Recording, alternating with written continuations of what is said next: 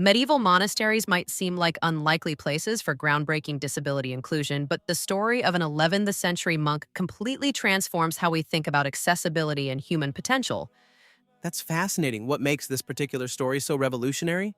Well, imagine being born in 1013 with such severe disabilities that you could barely move or speak.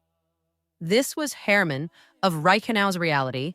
Modern scholars believe he had either ALS or spinal muscular atrophy, along with a cleft palate and possibly cerebral palsy. Even today, those conditions would present huge challenges. In medieval times, it must have seemed almost insurmountable. And That's exactly what makes this so remarkable. Despite these physical limitations, Hermann became one of the most brilliant scholars of his time. His father was actually the Count of Altshausen, made the difficult choice to place him in a Benedictine monastery at age 7.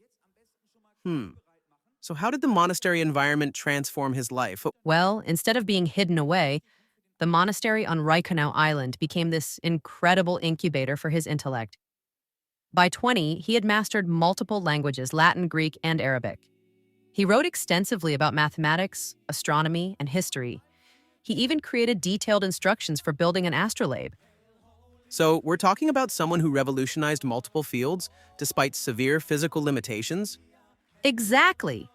And here's what's really powerful: when he later lost his sight, he channeled his energy into composing some of the most beautiful religious music in history. The Salve Regina, Hail Holy Queen, that's attributed to him. The words are just, they're incredible. To thee do we cry, poor banished children of Eve. To thee do we send up our sighs, mourning and weeping in this valley of tears.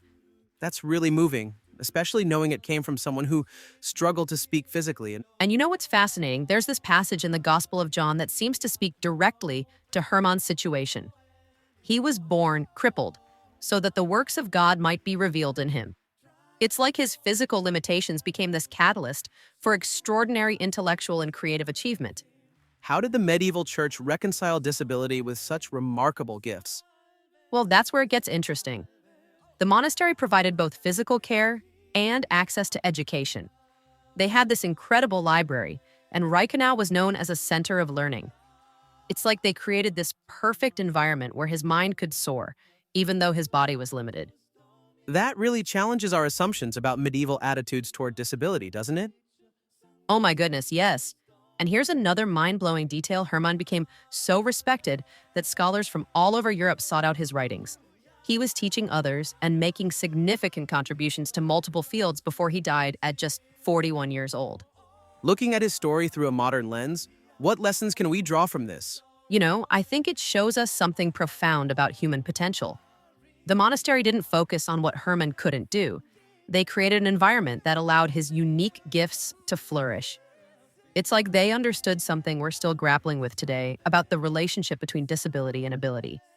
So, in many ways, this 11th century story speaks directly to modern conversations about inclusion. Exactly. And it makes you wonder, how many brilliant minds throughout history might we have lost because society didn't provide the right environment? Hermann's story isn't just about one remarkable individual, it's about the transformative power of creating spaces where everyone can reach their potential, regardless of physical limitations. That's really powerful, a thousand-year-old lesson that's still relevant today. And maybe that's the most important takeaway: that when we look past physical limitations and provide the right support and opportunities, extraordinary things become possible. Hermann's story isn't just history, it's a blueprint for how we might better approach disability and human potential in our own time.